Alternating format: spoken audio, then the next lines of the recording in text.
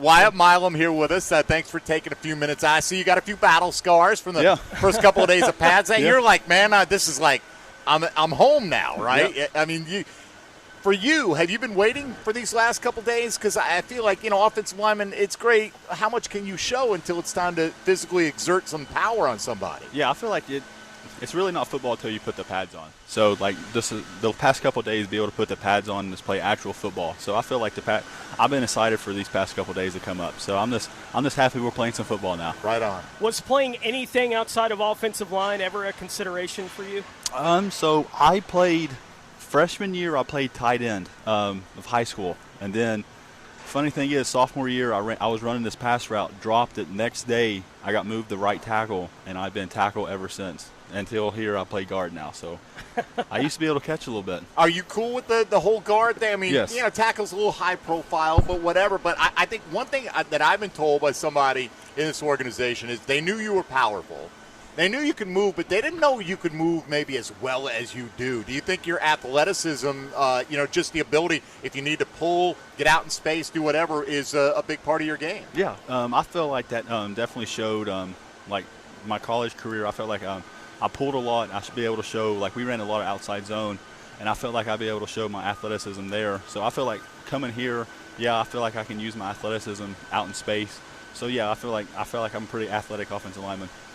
Why is offensive line a comfortable place for you to be? Like, what gets you going about being on an offensive line? I feel like the biggest thing for me is the physicality part of it. Just every day, you get to come out here and just hit people and not get in trouble for it. That's how I've always looked at it. Again, also just protecting the quarterback and running back, because I feel like if we don't do our job, the offense ain't successful. So I feel like, we may get overlooked, but we're a big part of the offense. How successful we are as a team. I feel like how we move, how we attack the line of scrimmage, just our attitude on the field, just our physicality. I feel like that gets everything going. You'll probably at some point in your career give up a sack. But I know that Jaguar fans love the mentality. We love it. Oh, no doubt. How you're like, it feels like every time you're in front of a mic, you're like, no one's touching Trevor. Yeah. Not on my watch, anyway. That's our attitude. We don't want no one touching the quarterback. So that's what we're doing. Every play we're going to try our best and let no one touch him.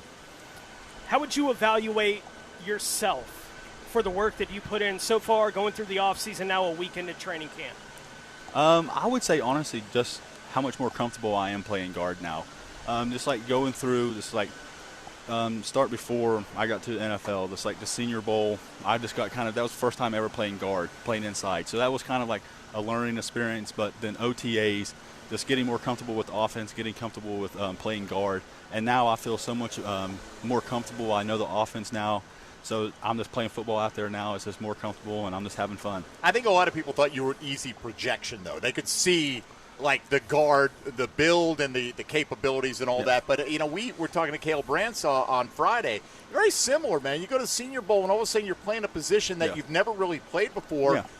And that week can be so important to open the eyes of these NFL decision makers. Yeah, I 100% agree, because I played tackle since high school. I've never played inside again. So just going in there, everything just happens so much quicker at guard. You're growing up against different body types, different people. So it was just a learning experience there, but I'm grateful that I got to go there and play and just be able to get in the flow of playing guard. What are Jaguars fans going to see when Wyatt Milum gets on the field? You're going to see someone that's give everything he got for the team. You're going to see someone that plays through the whistle.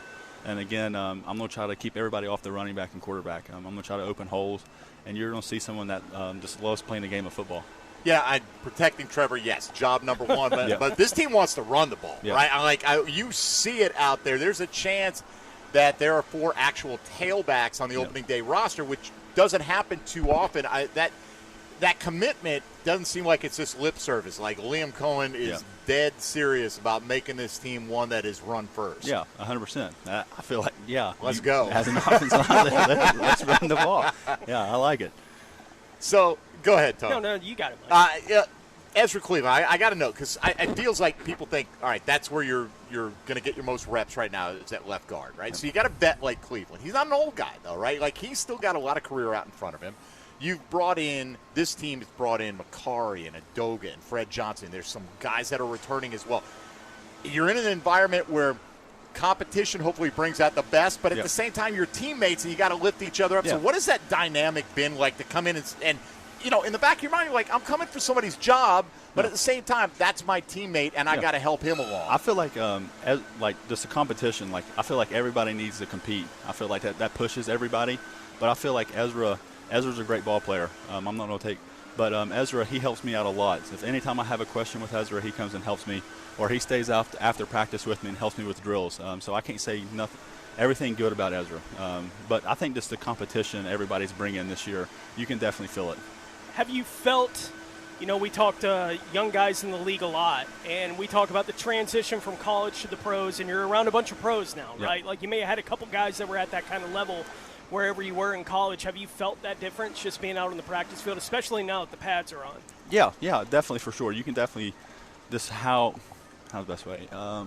Just how everybody, like, even in, like, Indy, everybody's, like, because everybody's just so, like, their technique, how they work. Like, you can just see people practicing like a pro here. You may not always see that in college, but here everything's taken every rep is so serious. So you can definitely tell a difference from college to pro with that. Talking here with Wyatt Milum, we're told, had football not worked out for you, maybe right now you'd be climbing the ladder in the Major League Baseball system. What'd you get that heater up to in high school? So I think the fastest I got it was like 90-91, my fastball. So that was. Was there consideration? I mean, or did football just your true love, and you were doing that as something to do? I did. Baseball was up there, but there was something special about football. There was something special about football running out on the field. Again, just baseball and football is a little different. So, bro, nobody's charging the mound if Wyatt Milum brushes them back. I'm thinking, Tony. I would love to see him try. He's pretty good. But in all seriousness, I mean, was that like a hard decision for you to, you probably, I imagine when you have success at both things, you probably love them both. Yeah, so I got an offer early on in baseball, so actually to Marshall. So I was committed to Marshall for baseball until my junior year of high school. And because football, I didn't get any offer. I think sophomore year I started getting offers. But I honestly, ever since I started, I played offensive line, got my first offers. I felt like there was more of a future for me in football than baseball. Right on. So, but football has always been my true love. I love the game of football. Jaguar fans don't doubt it, man. They want to see you just wreck some people out grab there. the ball from Trevor Ever and say, "My turn to throw," like anything. Not yet. No. Nothing like. Have you had a chance to see anything in Jacksonville outside of the building we're in right now? I went to the beach a few times. So I got my wife, my dog here, so we've been on a few walks. Went to a few different restaurants. It's a little different from West Virginia, I must say. The buildings are a little bigger. It's a little. We don't get that very often. Like, hey, I'm coming to the big city in Jacksonville. This is a little different than West Virginia, but it's a little hotter here too. So hey, look, man, you're gonna play in it, so you might as well get used to it. I'm used right? to it, and that to me is a big part of your home field advantage when these teams come in, especially in September, and hopefully melt. So what's your schedule like? What's a typical day in training camp? What are you doing the rest of the day? So right now I'm gonna go do some recovery, go eat some lunch. Then go watch some film. And then we got the meetings and then walk through in the evening. And then I'm going to go – tomorrow's our off day, so I'm going to go see the wife and the dog. Right on. So I'm going to go spend time with them. And then that's important too. Yeah. And then get back after it. Keep you in a good frame of mind, man. We're excited to have you, man. I mean, look, it's all new. We've gotten excited about Jaguar teams in the past, but it feels like Liam Cohen's bringing and along with Gladstone and Baselli and those guys, bringing a fresh new attitude and new crop of players. I mean, they're being bold. You got Travis Hunter. I mean, gave up every penny in the Western Hemisphere to move up and get him, but he's making plays out there, man. He's a great player. If Trevor Lawrence was listening to us right now, not that we think he is. Oh, of course he is. If Trevor Lawrence was listening to us right now, what message would you give him? I'm going to do everything in my power, again, to protect my to let no one touch him. All right, we're going to keep the pocket clean so he can throw the ball down the field. You got his back, his front, his side, got it all, everything. Man. All right, everything. Hey, Wyatt Milum, appreciate you coming by, man. Yes, we wish you nothing but the best here. We've been around. We've seen 30-ish years of Jaguar teams, and we hope that ultimately we call you champions of the National Football League. That's and the you goal. be a big part of it. Yep, that's the goal. All right, appreciate you taking a few minutes out with us. Thank all right, you. let's do it again sometime. Wyatt Milum from West Virginia, Tony.